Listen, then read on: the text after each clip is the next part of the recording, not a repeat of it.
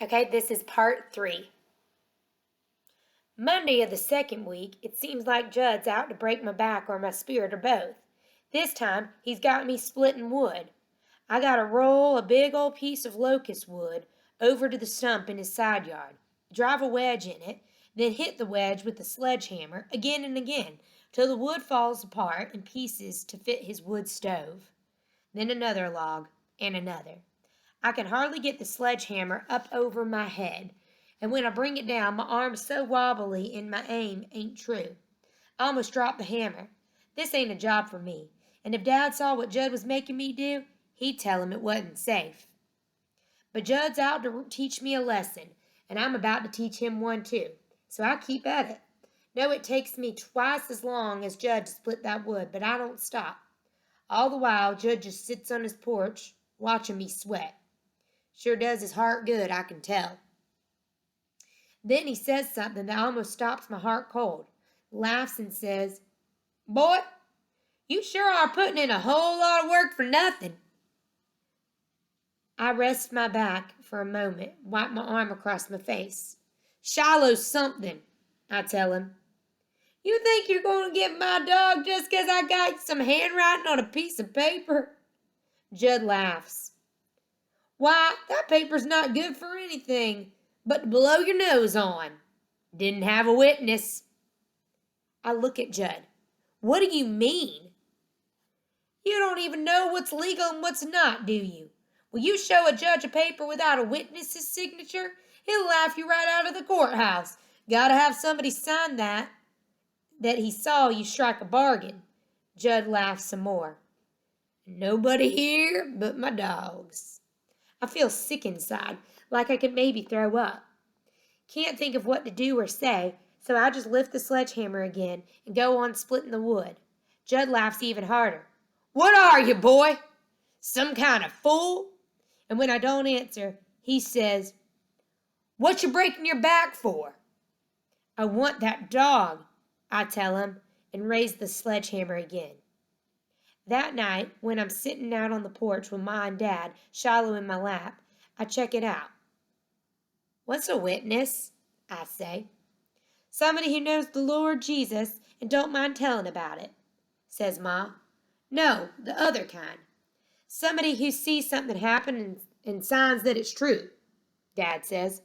"What you got on your mind now, Marty?" "You make a bargain with somebody, you gotta have a witness?" I ask, not answering.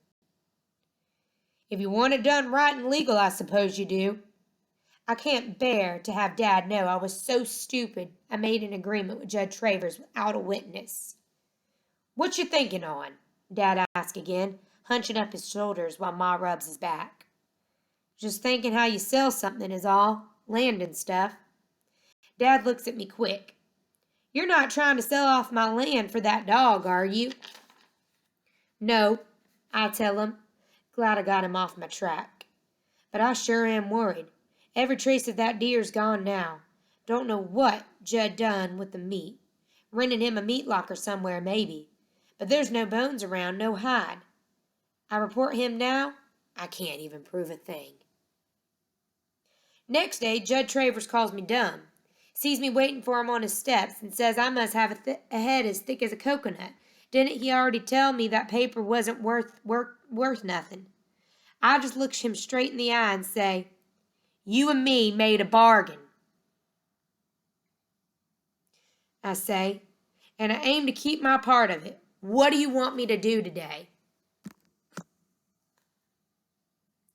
Judd just points to his sledgehammer again and doubles over laughing, like it's the biggest joke he's ever played on somebody in his life. I can feel the sweat trickle down my back, and I ain't even started yet. 4 o'clock comes, and I finally finished all that wood, but Judd pretends he's asleep. Got his head laid back, mouth half open, but I know it's just another way he's got to trick me.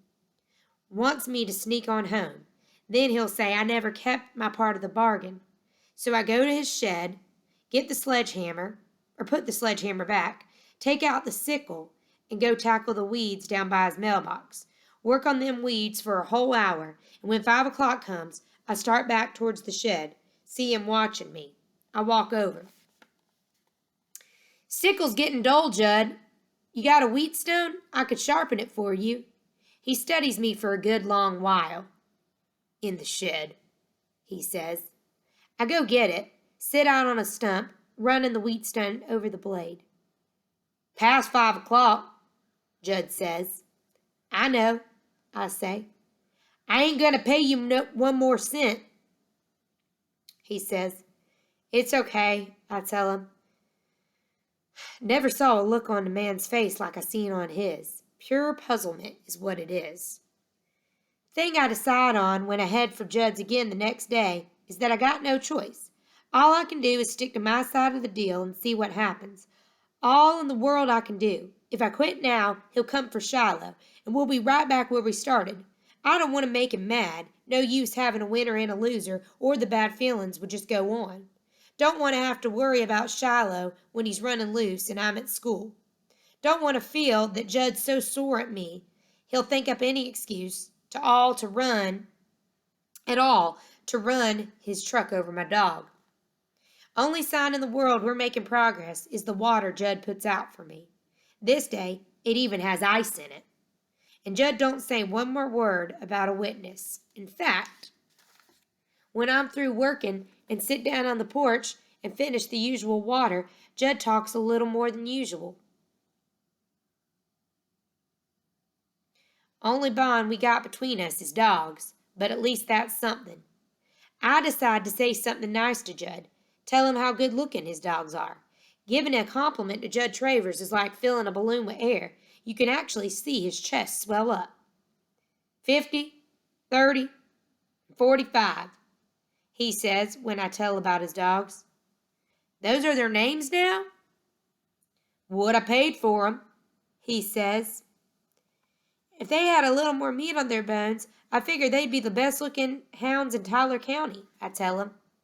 Judd just sits there, drinking, and says, maybe we could use a bit more fat.